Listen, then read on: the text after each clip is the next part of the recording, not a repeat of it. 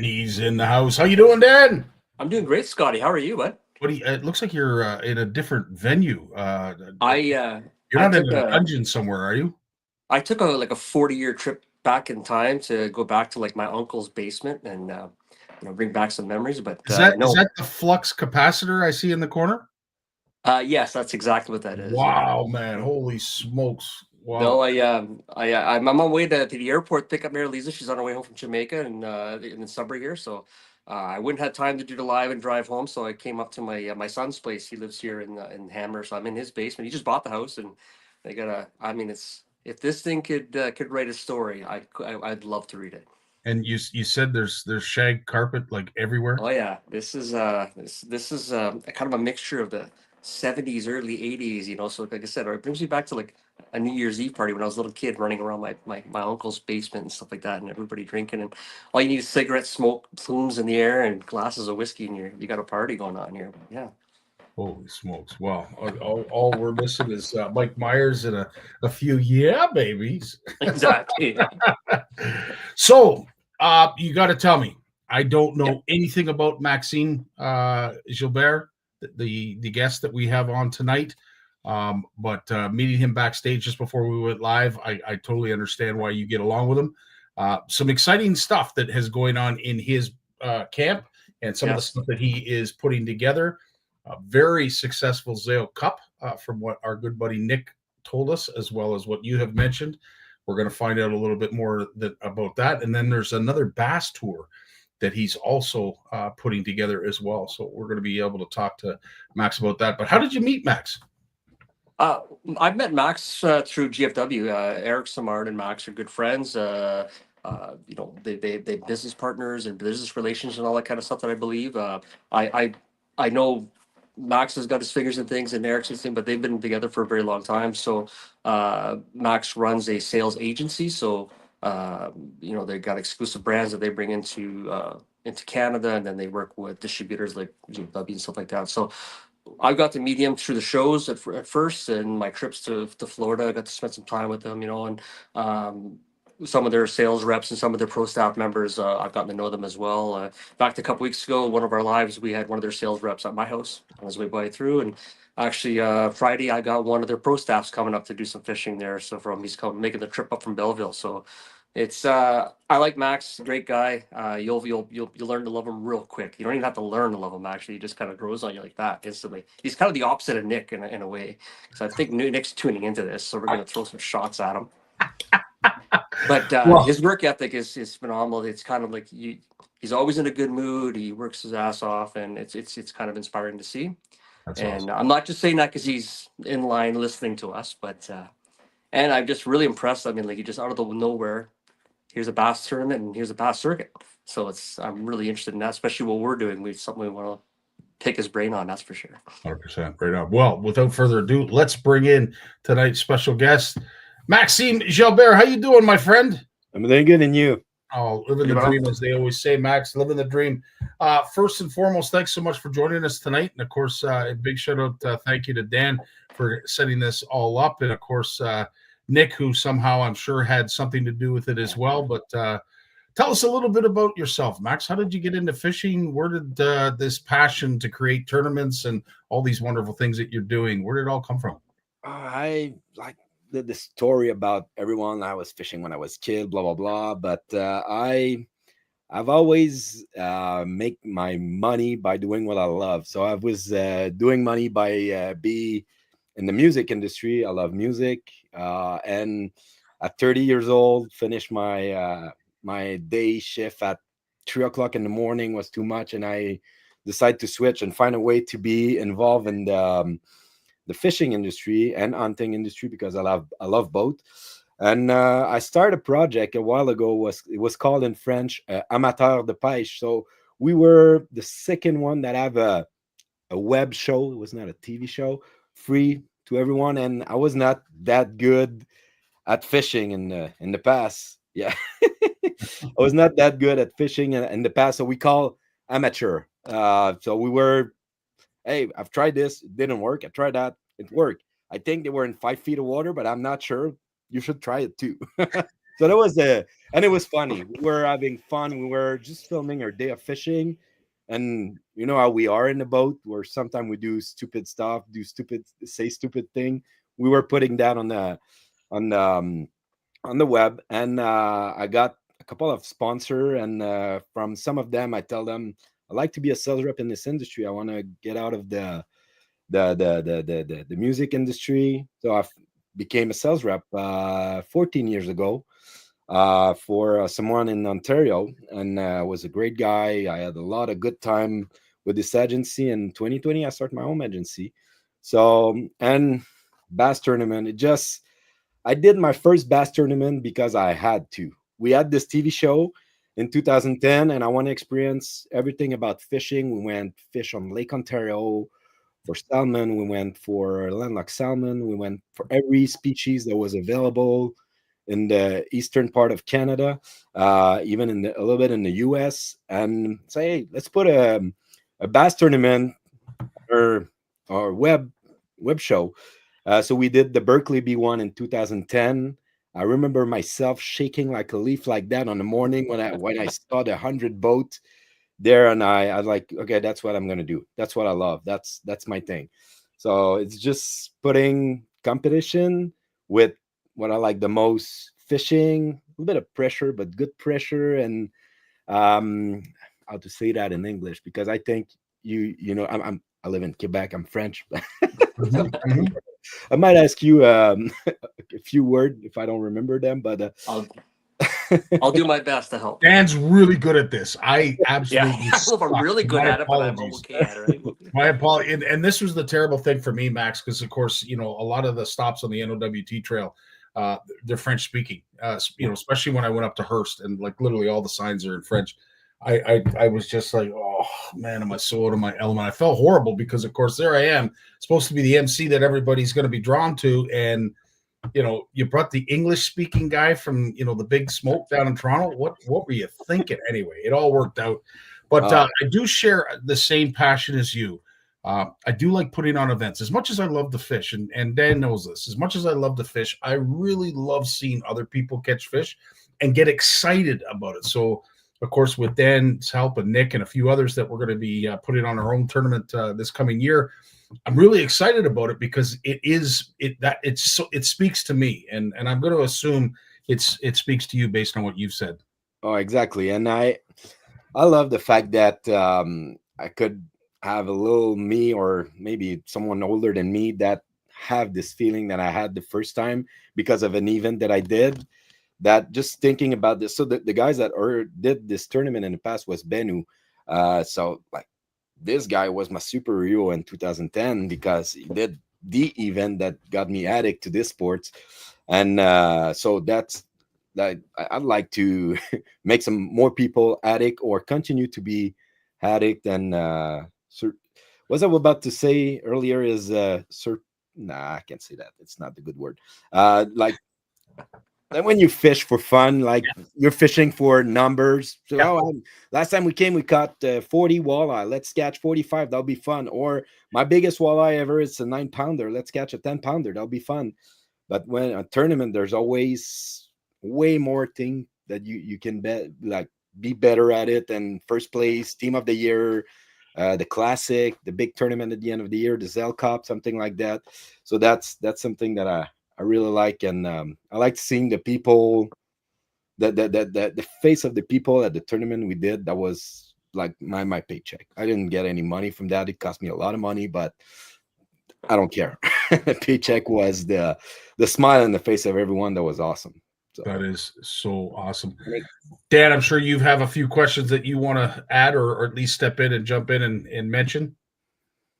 Well, you know, I got to know Max for a little while, so it's nice to hear the other backstory, kind of that. Because every time I've talked to him, it's always about, you know, it's kind of like a business thing, like how'd you do this, how'd you get involved with these clients and stuff like that. So it's kind of interesting to hear that, you know, how did you get involved with tournament fishing for starters? You know, because we all have our stories, and at the end of the day, I mean, it doesn't matter if you're good or bad at it. You're passionate about wanting to do tournament fishing, so you take that risk. You know, you drive down and you do the B1, or you go up north and you fish these tournaments, or drive down to Detroit to do one or something like that. So, you know, we all share that, and you know, that's kind of exciting. And you know, I don't know if Max sees that, but we're all kind of like trying to one up each other. Well, I'm going to go do 4 tournaments this year. I'm going to do 5 this year. So the amount of tournaments can turn into an internal tournament as well amongst guys, Yeah. But, Well, on that note, maybe what we'll do is we'll start with our good buddy Nick, and maybe you could explain a little bit as you're watching the video, Max, what's going on and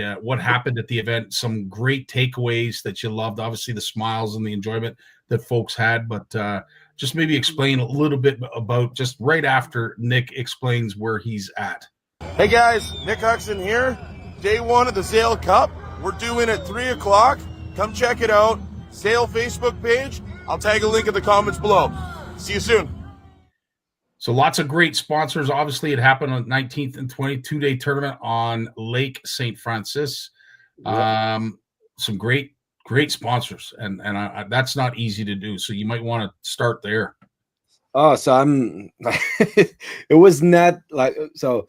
I've been sales rep for 14 years, as I said before, and with you got a lot of contact in the industry by being a sales rep, and all the company that are there, they are a company that I represent. So I sell those products to Ontario, to Maritimes, Quebec too, and we do some things different, I think, with my agency. An agency, it used to be just, hey, try to get a good brand that sell by itself, wait for the phone call and send the price list and wait for the order.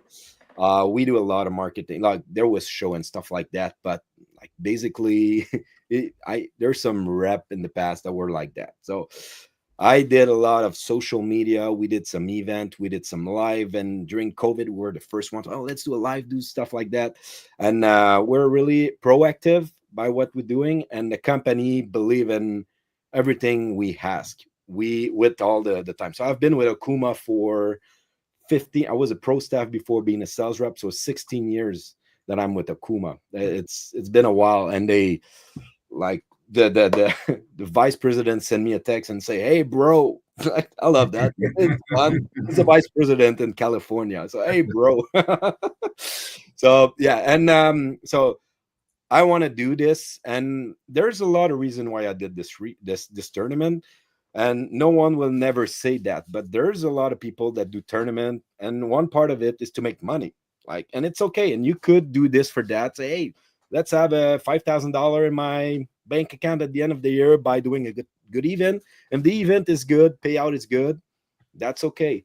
We spent money on this tournament. We didn't do any money, and maybe 20% of the goal of this was to create the buzz around the company that we represent and help us grow a business in Ontario. We're 3 sales rep with a big accent from Quebec that try to sell some goods in Ontario. So that's a way for us to, it's a business card. When we go in the store now, the people could say, hey, you're the one that did the Zale Cup. Say, yeah, we did. Oh, that was awesome. We heard about, my good friend was there, or I know this guy's blah, blah, blah. So that's a little bit. There's probably 15 to 20% was a business move, and 80% was for the love of the sports. And there's no more B1 in the fall season. We had a CSFL that did 2 years, the Franny Cup, something like that. Yeah. That was cool. That was really cool.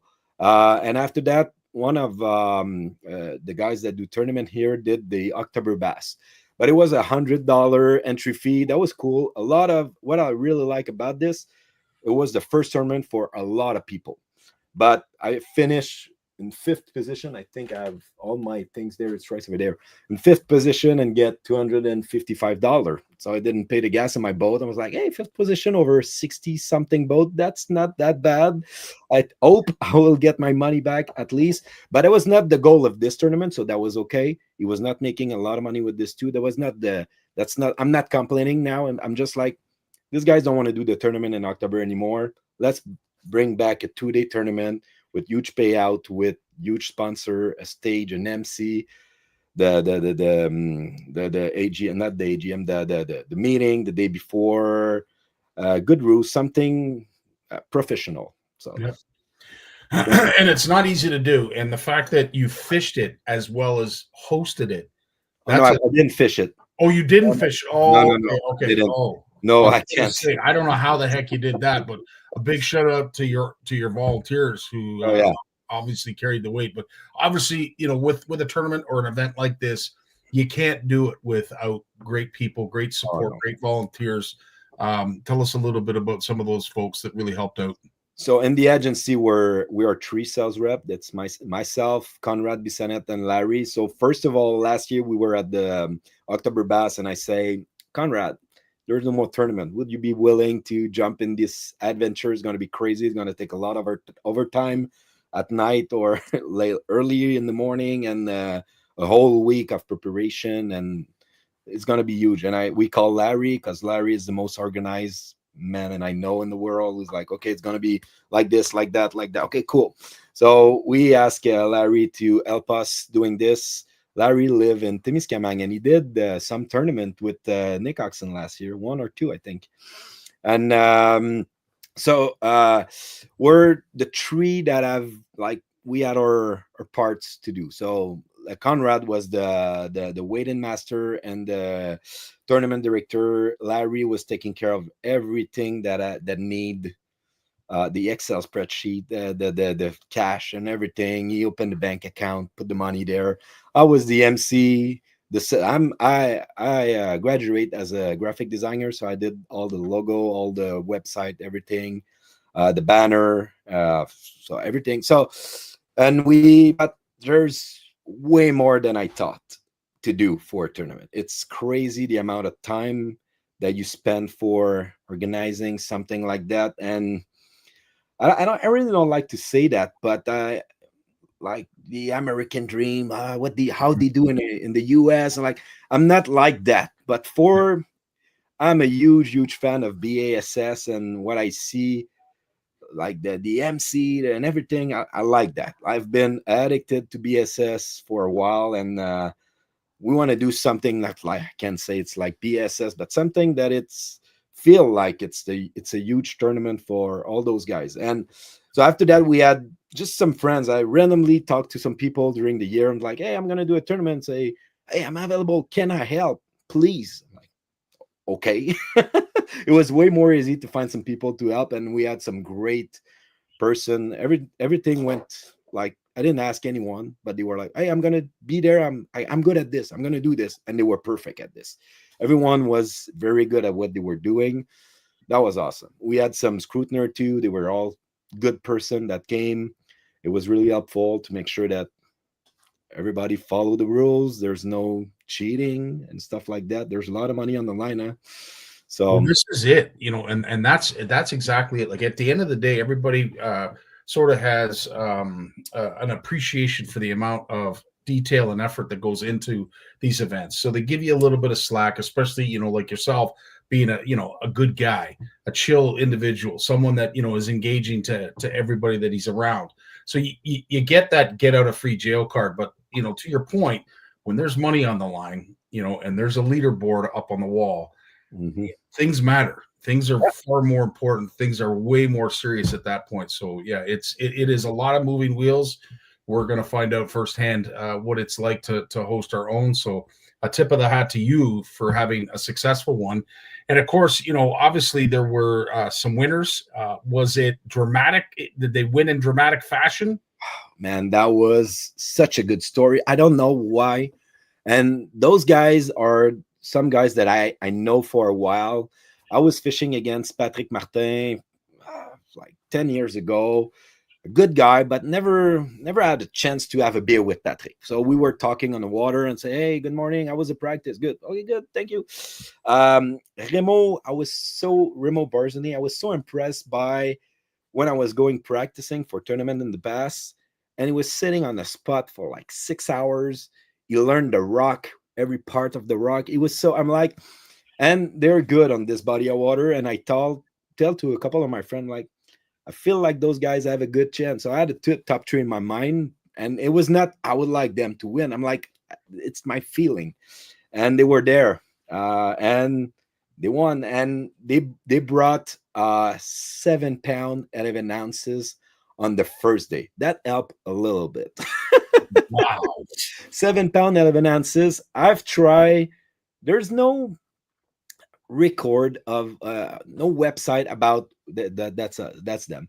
The biggest fish that have been caught in a tournament on this body of water in Quebec, Ontario, and Canada. I can't see that, but I think it's the biggest bass that have been caught on St. Lawrence River on San Francisco during a tournament over the last I don't know how much years. I never saw big like that. I'm like every tournament that I participate or I see, I follow. I never saw something big like that.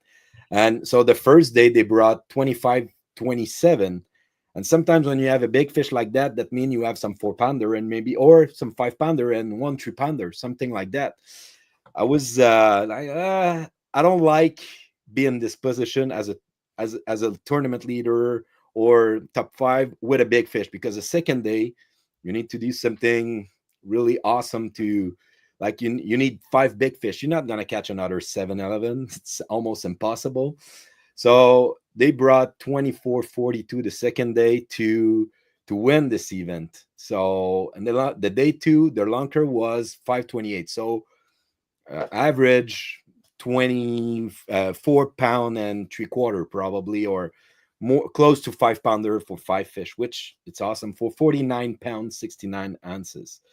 So that was a huge weight, but that's so heartbreaking because we never talk about the second position. And second position are some of my good friends. One of them is part of Zale Outdoors ambassador, and the other one is Marc-Alain. Is the big boss, big chief of Lawrence in Quebec, and part of Maritimes and a little bit Ontario, I think. So, and he was sponsor of the event, so that's cool for them. And no one talk about the second place ever. I just did it. So That's hilarious.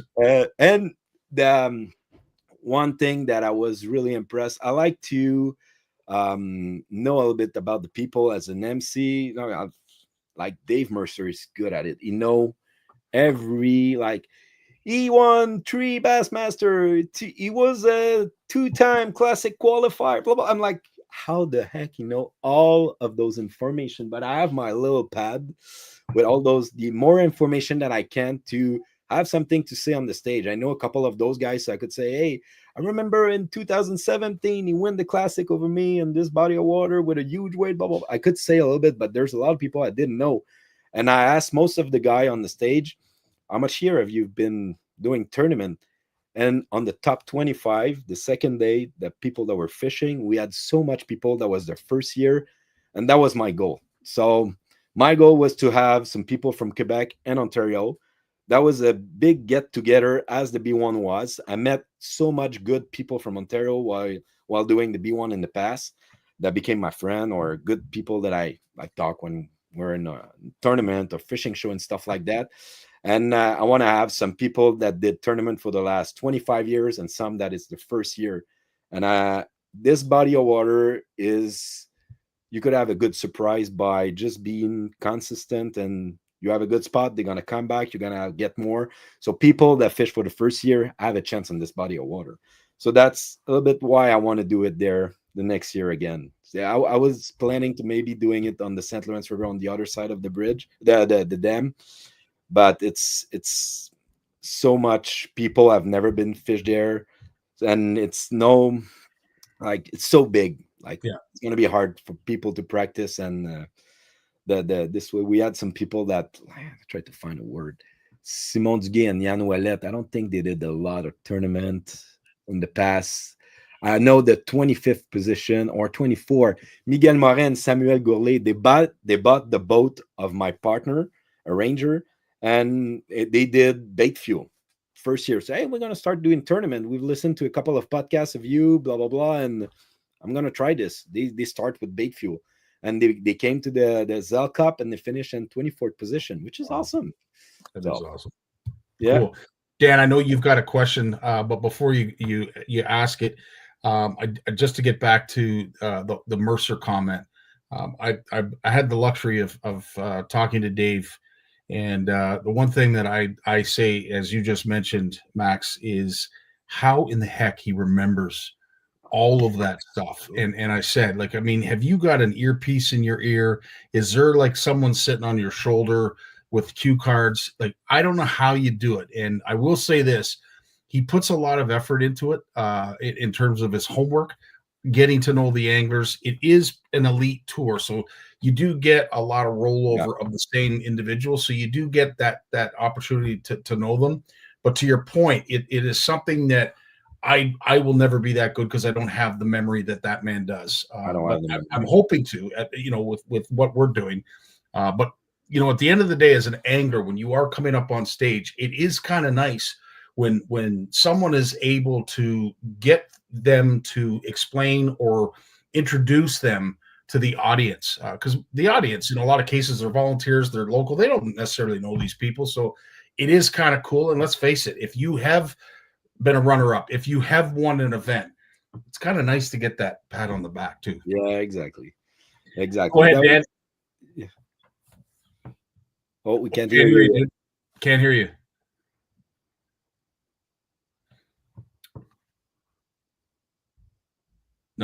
No.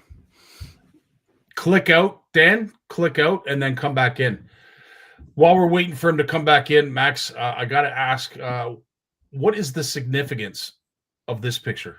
Oh man, so that's me, Conrad, and Larry. And 2023-24 was a good year for us because we won the how does it call? I have it right there. ICAST, was that was an ICAST, wasn't it? Yeah, Rep Group of the Year for Akuma. So, like, what I like about this, there's other agency, they are 25 sales rep in the US for all the north of, they're awesome and they win all the time. And the other one on the other side wins sometimes and blah, blah, blah. So that's really cool that Akuma gave us the opportunity to be this Rep Group of the Year at ICAST this year for the 2024 season. Our number are good, so number is important. But like I said before, we do things a little bit different. So we, the video and every promotion that we do all the show that we're going in, we're trying to be at most places possible to make the brand being recognized and being known. And Akuma is such, like I said, the vice president called me bro on the text message before, but it's such a family. It's huge, but it's such like a family. It's all good people. When the meeting is done, we're going having a beer and talk about deer hunting and stuff like that. I explained that we fish in 600 feet for weird species on the ice during the winter here in Quebec and stuff like. So it's really a good relation that we have, and they give us that this year, and it was such an honor. It's the goal. I like competition. I like winning, and this is really hard to get. It's like it's the team of the year for me, and I never had the team of the year. I finished second, third, 5 on my last 3 years on Bait Fuel and Renegade. So, and the third, I was 2 point. Like it's just a crayfish, or a misfish. The fish jump over the net, something like that. It's one fish during the year, 1 point. It was like 2 points, sorry. So I won that at least. Right on. Yeah, no, that was really fun. It's cool. There's no money involved in this, like team of the year. No one ever won anything. It's just the little thing that you keep, and you could look at this. Hey, that was a good year. Yeah. Dan, try again, bud. See if we got audio. I'm just kidding. Okay, good. I had to seize that opportunity when I had it, but I actually kind of got to touch base on a couple things, and like going to Akuma. I mean, this year, and Nick worked, I think, well with you guys as well. We got our NXS Akuma tournament rods, and they're fantastic. I'm actually got a bunch coming for next season. Probably all will be running there. So my hat's off to them as well. And they treated us good when we were at ICAST last year, so I know exactly what you're getting at with that. But yeah, they're good people. What I was kind of touch base on earlier was one of the things. Listen to you talk about the event, and your event you seem to focus on the same things we're trying to focus in. It's not so much the fishing talks for itself, the body of water talks for itself. It was more that experience for everybody being there, right? And that's one of the focal points that we keep stressing, and Scottie got to walk through the venue with me a couple weeks ago. We were looking and how can we get everybody involved and stuff like that. So, and I know Nick was raving what you guys did with the Zale Cup. So it's one of those things that we're definitely picking your brain on, and it's like, that's exactly the whole point. When we got into tournament fishing, it was for that experience, all that Exactly. the camaraderie and the bullshitting and everything afterwards, stuff like that. And Yeah. and you're seeing guys. Exactly like you said, I seen you on that rock for 6 hours, and after the tournament, the truth comes out. Everybody starts going through that. So I think you guys hit a home run with that, and we want to mimic that. There's no doubt about it. Yeah, that was a 2-day event. It's hard. Like, we're doing the Extreme Bass Tour next year. It's going to be hard to, like, it's going to be professional as it was, but the it was impressive. I think with we have probably 20 banner by doing all the show. We're at Toronto Sportsman Show, Quebec City Sportsman Show, and stuff like that. We have all those banner, all those flags. My father built a stage, so it weighed like, I don't know, 1,000 pounds, but it's cool, and it's going to be bigger next year. I asked him to do another 4x8, but we had a lot of experience in show and how it should look professional. We have the Costa big the tent.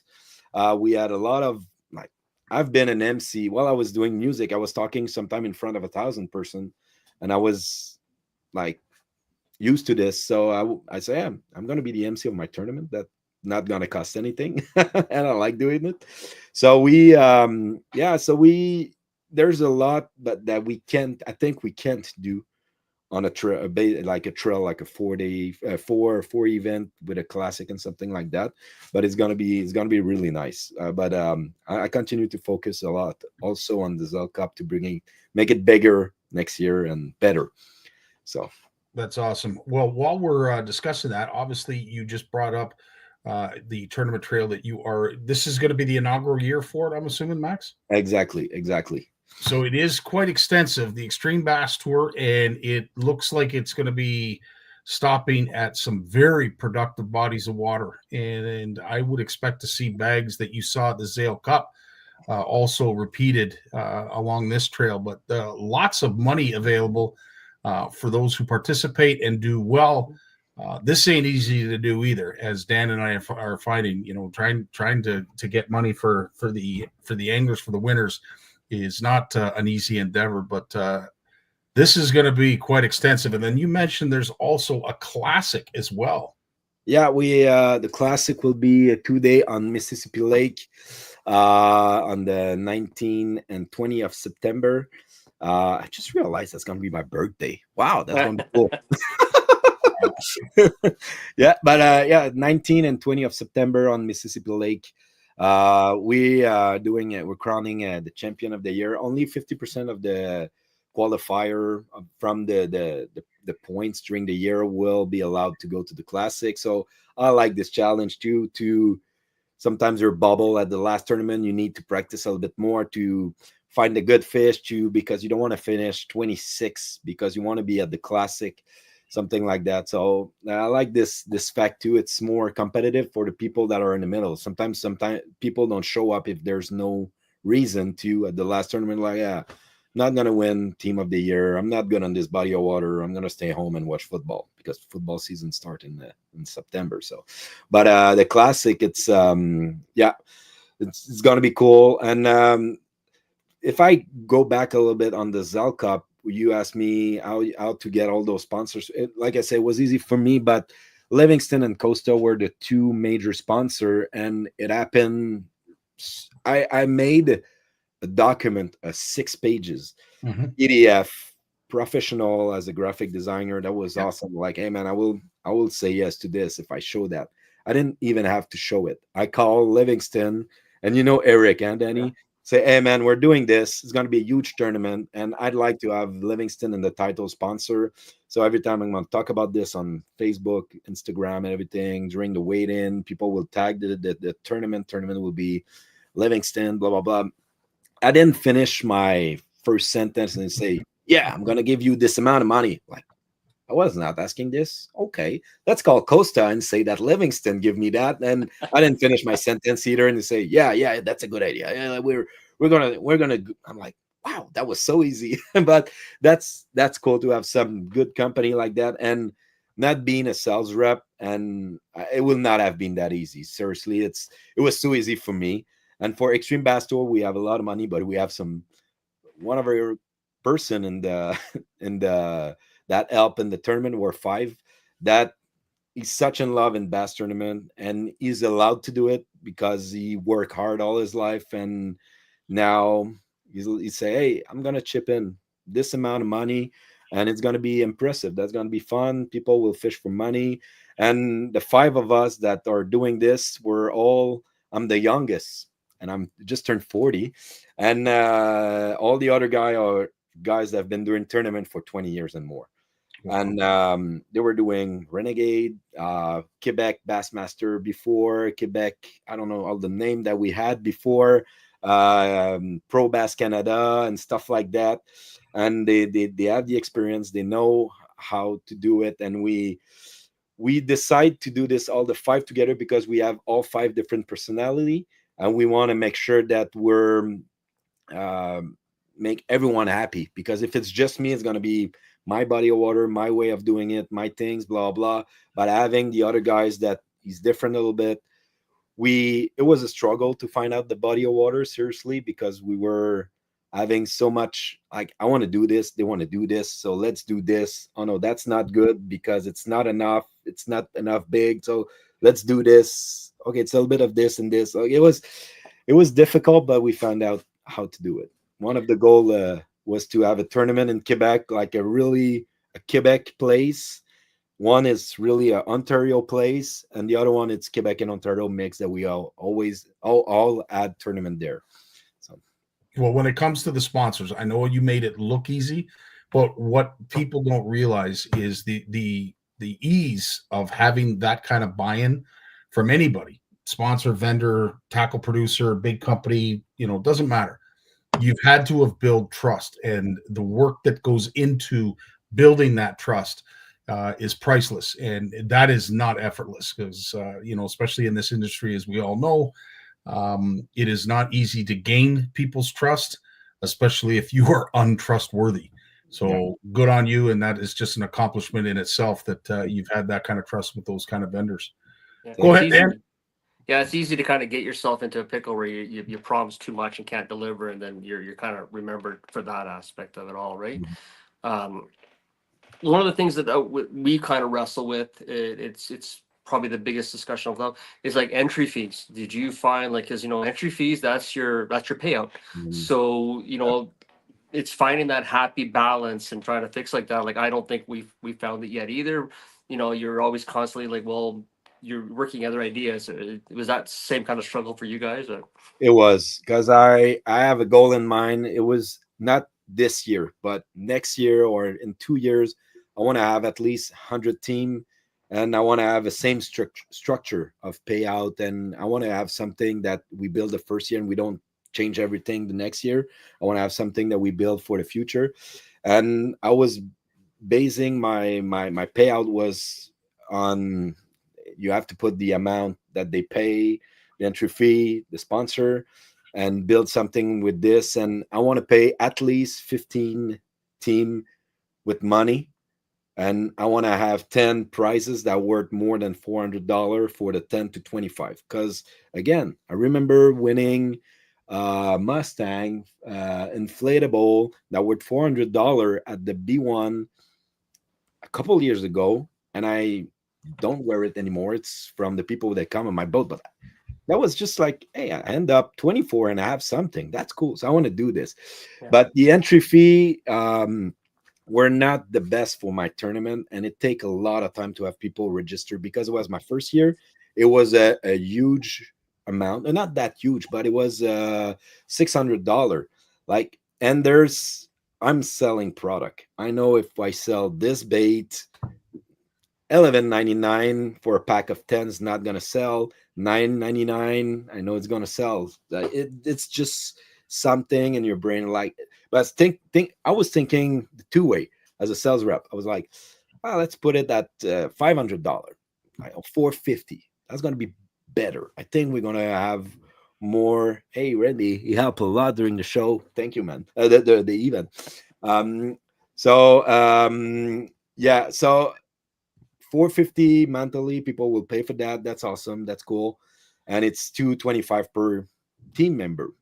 But I can't reach the amount that I want to give and top 15. So let's put at 500. Okay, that's 500 is better. Like, okay, 500 it's 250. What about 300 per person? If you think about this, it's just $50. What is $50? It's a lot, but it's a good event. It's going to be fun. What is $50 to have more payout, a better structure, everything better, everything bigger? So I decided to do this, and it take a lot of time to people to register. Some people don't know me. They don't know I never done an event before. We only had 56 team, and I was hoping to have at least 50. That was the minimum. But I think we're gonna have 65. We had 56. That's not that bad. Next year is gonna be good, 100%. Well, you have quite a few backers that are suggesting that you are going to hit your 100. Yeah, So that's the winner. Congrats, Primo. That was awesome. You proved exactly what we got to accomplish. The fishery could do itself. We got to get the first one off the ground. I already have, I pitched my ideas to everybody else where I think it should be, where it should end up, and how it should get there. But your starting point, you kind of got to be able to draw everybody in without pushing people away at the same time, right? And it's tough. I couldn't do it without Scottie's been a major mental health. Same with Nick. And I know Nick's leaning on you and guys like Eric, and that's what's going to make us happen. So yeah. Can I say one thing? Because Remo just jump in and say something about we're going to get 100 team. It was such an emotional moment when he won, because last year we lost two good fishermen, two good folks in the fishing industry, Jacques Sauvé and Stéphane Winnick, and they were such good people, and Raymond was really close to Jacques, and on the stage he tell me a story, and I had my Costa. No one could see my eyes, but I had tears. Like I was like, I need to focus on something else because I'm gonna cry. Like they're gonna see it. But he mentioned that on the morning he had a little picture in his truck, and he looked at Jacques and he say, "Hey man, we're gonna do this for you," something like that. And he knocked the picture like that. And during the day, Patrick was doing something else, maybe changing his bait, or I don't remember what it was. I think it was eating a pizza, maybe something like that. And he said, "Okay, let's catch a 4.5. That's gonna help." And Remo say, "Okay," and I feel like he was feeling like he knew he will do it. He cast and he caught like a 5-pounder or something like that. That the fish that you're like, we have a good shot to win it. And he tell me the story on the stage, man. How can this hand up better than this? Like it was awesome, man. And I need a pair of Costas myself right about now. I'm telling the story with a smile now because it make me smile that happened. It make me happy that not that we lost Jacques. That was so bad. But me and Nick can relate to this. We got to live a very, very similar experience at a fall photography. I think it was 2019, where Rene, his son had passed away about a month before the event, and they fished. And I remember they caught a big fish. I think they won big fish of the day, one of the days, and they kept saying that too. My son, we got this. We knew he was there, kind of thing. So yeah, it's pretty touching. I remember we all got to see that, and it was pretty nice how how people in Matagami they really embraced the men out there. So nice to see you guys are doing the same thing. Oh yeah, that was just perfect ending. Yeah, that's awesome. The other thing too, that a great takeaway, and of course there's no topping that. That's a fantastic story. But the number of young folk I saw running around in some of your videos and on the stage during some of the picture taking and the presenting of the trophy, I think that's awesome to see those young people involved. I know NOWT does it, and I know other tournament trails try to do it, but explain the importance of that. So we had some young involved in the volunteer, but we had young angler too. We had we had one that on my rules I put that, say if you're under 18 with the insurance, you need to have a letter from your parents. I never thought about this, and he say, "Hey Max, where I send my letter?" I say, "Oh, yeah, where did you send this letter?" So he sent an email. That was easy. But we had someone, Damien Théoret, I think he's listening now. I saw some comment from him, he was 17 and he hand up pretty good, I think. Where's Damien? Give me a second. I need to find it. 12th position. That was awesome. Fishing with Yannick Baudouin. Awesome, man. A bag of 22 pound and 20 pound 2 days. So yeah, that was awesome. But my company is called Zale Outdoors. It's my daughter. She was, so it's 4 years ago. So she was 6 years old. Wow. Okay, she was only 6. And I didn't know how to call my company. I need to find a name, and I was trying to find something that it's me. So when you do a brainstorm, some things that represent myself, and the first one was family, and I was like, yeah, family, and competition. I put a lot of stuff there, and I didn't find a name. Everything that I found was a name of an agency of something else in the U.S. All the good name we're taking, and I'm like, I can't have the same name of them. And she said, why did you don't call this Lisa? Because her name is Leah and his name is Zach. I was like, yeah, because Lisa in English sounds weird. It's like lazy. I don't know. I don't like that. And a week after, she says, okay, because she want to have his name first. That's but she, why you don't call this Zale? I'm like, oh, I love it. That's the name of my company. So I'm someone, a family. I was hunting with my father. I spent moose hunting, deer hunting with my father. I fish with my father all the time. My father is a professional cameraman, so he was taking the beautiful picture you see. So he was I didn't even pay him, but I pay him a good coffee in the morning, a good lunch. But but he was a cameraman, and my family was all there, and they brought some friends. Some of my friends bring their kids that are a friend to my kids. There was a lot of kids there, and that was a little part. Another good story. Big Jim, he used to give away some goodies, some little toys to the kids when they were going to Renegade in the past.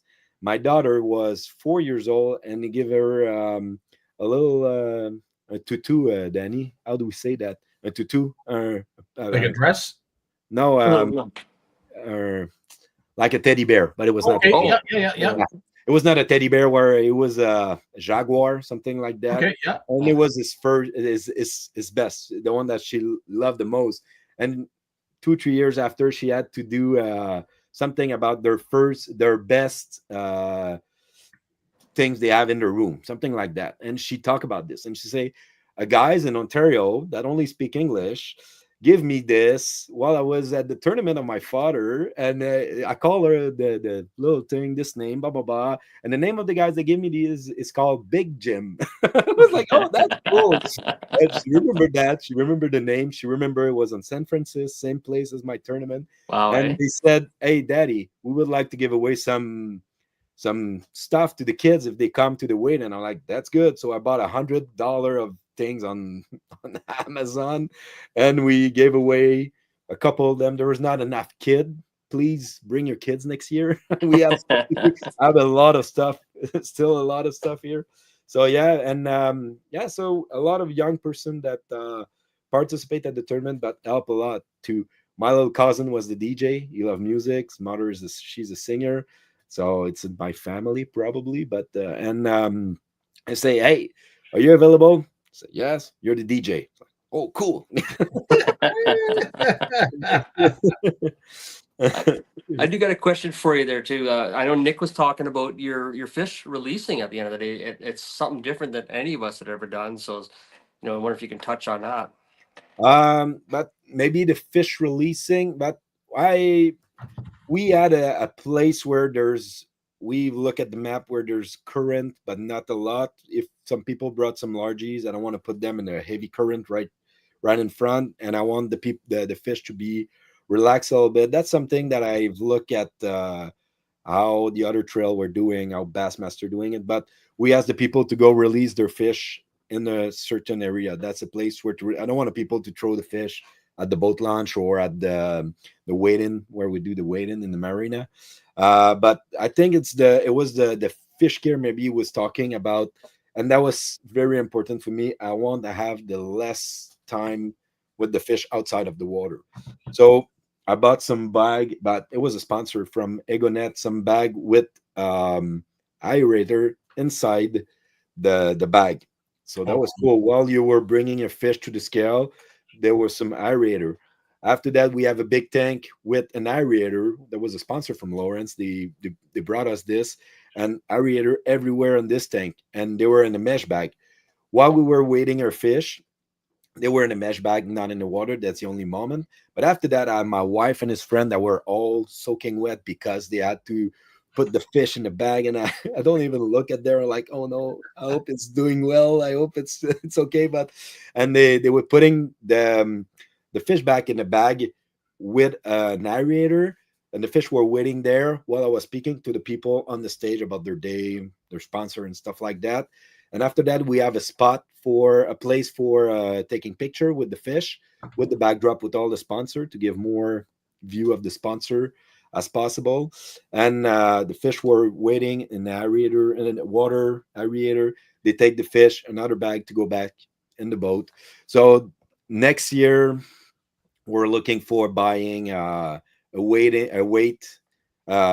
scale with a tank. That's more impressive, but fish are in the water 98% of the time. So that's my goal for next year. And it seems as if you didn't lose a single fish during the tournament. No, and it's a little bit part of because the water of the temperature of the water is so cold at this time of the year, so that helped a lot. And I put a lot of rules in this tournament, a lot of rules, and it was too much. I really would not have liked to read all of them. I didn't like to put all those rules, but the more rules you have, the more fish care you put on your rules, the more focus there is on the fish. Yeah, it's going to die. And that's a little bit why I decided to do a meeting the day before, because it was too much. Seriously, it was like a Bassmaster, and it's not a Bassmaster. It's only $13,000 the first place for the first year. But there was rules like a Bassmaster. But that was my goal, to make sure that the fish are the less dead fish as possible, and we didn't have any. That was awesome. Well, Max, I will say this, from tournament history in the past that we've heard, we don't want to bring up or talk about. You can have one of the best tournaments there is, without doubt. But as soon as you start to see some belly up fish, it doesn't matter how much money you've made, how much money you've handed out, how big your trophy is, how many teams you have. When you see dead fish, that's it. So that is, to hear that from Randy. Thanks for sharing that, Randy. That is absolutely phenomenal that you did. Yeah. Randy did a good job for that. That expression, like, even bad press is good press, but not in a fishing tournament. No. Dead fish, that'll just wipe you right out, obviously. It's I've been very fortunate. All the tournaments that I've experienced, there's a lot of care putting the fish out there, and obviously I want to fish there again, so you need fish. So I know when Nick was telling me what you guys were doing, I said, "Oh, that's a little different. That's something to think about." And obviously it's nice to see when you outside of the box thinking, and going that extra mile. Yeah, I was one of my good friend. She know Barb, that she feeds all the fish for Bassmaster, and she's the one that show every Bassmaster angler how to fish a fish. And I was this close to have Barbara in my tournament, but unfortunately she had another one not that far from my tournament. She was on the St. Lawrence River on the other side. But I'll have it's gonna be like sometimes when you do something that people seems to like it and it go well, so like, okay, let's keep the same formula. As soon as I drop the mic and I say, okay, it's done, tournament is done, finish, like, oh, next year we're gonna do this next year, I think about that, we're gonna change this, we're gonna have less movement in front. How there can we improve?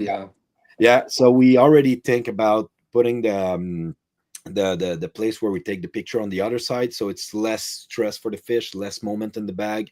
It's just 30 seconds, but 30 seconds is 30 seconds. Maybe this 30 seconds is gonna make a fish die, and if we can not have this happen, that's gonna be awesome. So now you touched on just one thing right there. What is going to be different from this year to next? And of course, when something ain't broke, don't fix it. And I see that sometimes people just meddle, they tinker, and it can sometimes be a positive result or it could be extremely negative. But just because we've only got about 4 or 5 minutes left, what are some of the things that you can share with us that you're going to be adding to the event next year? First of all, a bigger stage, a little bit more sponsor again. I want to have a release boat, even if the release was amazing.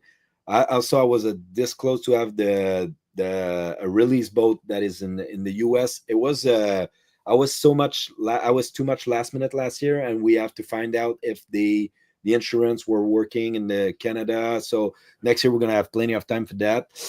What else? I have a list. Seriously, it's a Word document. I think I have 3 pages.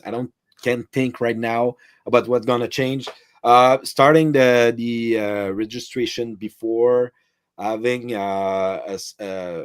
something to give away if you register first, because it's so stressful to see only 10% after a month, and I want to have more people that register fast. And so we're gonna improve that. The meeting, it was not we told the meeting a month before, and it was, you can come if you want or not. I'd like to have the more people possible, but it was so fun to see the people talk about fishing. Yeah, I just bought a new boat, blah blah blah. That was cool to see all those guys from everywhere. We had some people from the US, people from Quebec, Ontario, everywhere. Some people from Sault Ste. Marie, some people from up north of Quebec, and they finished like 5th, something like that. That was awesome. Some walleye guy finished in 5th or 6th position. Wow. So yeah, but we more publicity, and we film all this today. We had a camera crew, 2 guys. They are working on the show right now. It's going to be on YouTube. It's going to be free. It's just and we did some live. My live is going to be a little bit better for the sound. It was hard because all the wind and stuff like that. So we're going to improve a lot of stuff like that.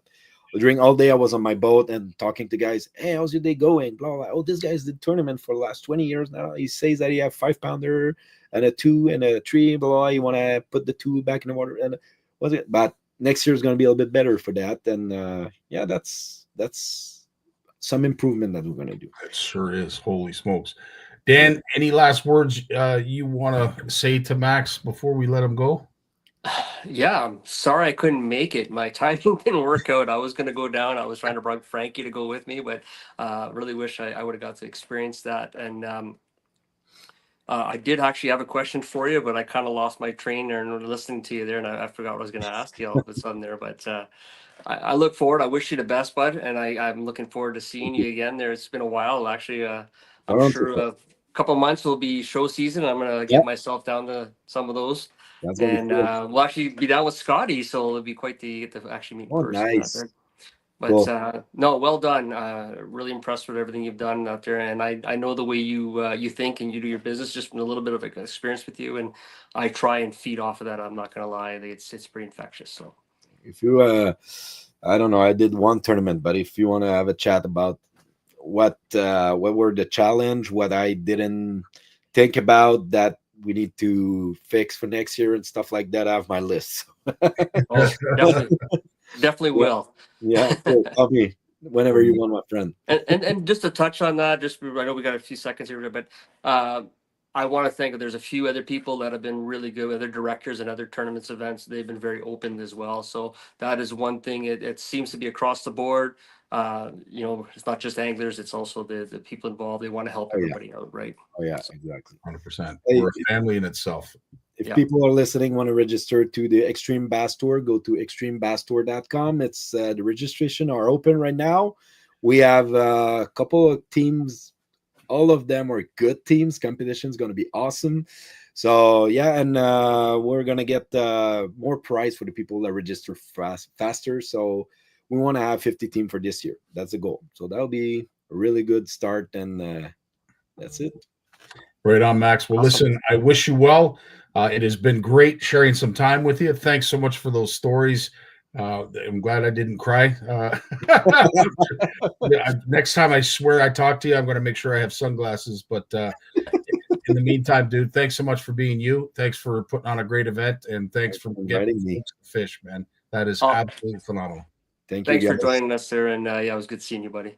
Hey, good to see you, and I'm going to see you at the show, both of you. Absolutely. Yeah, baby. Thank you.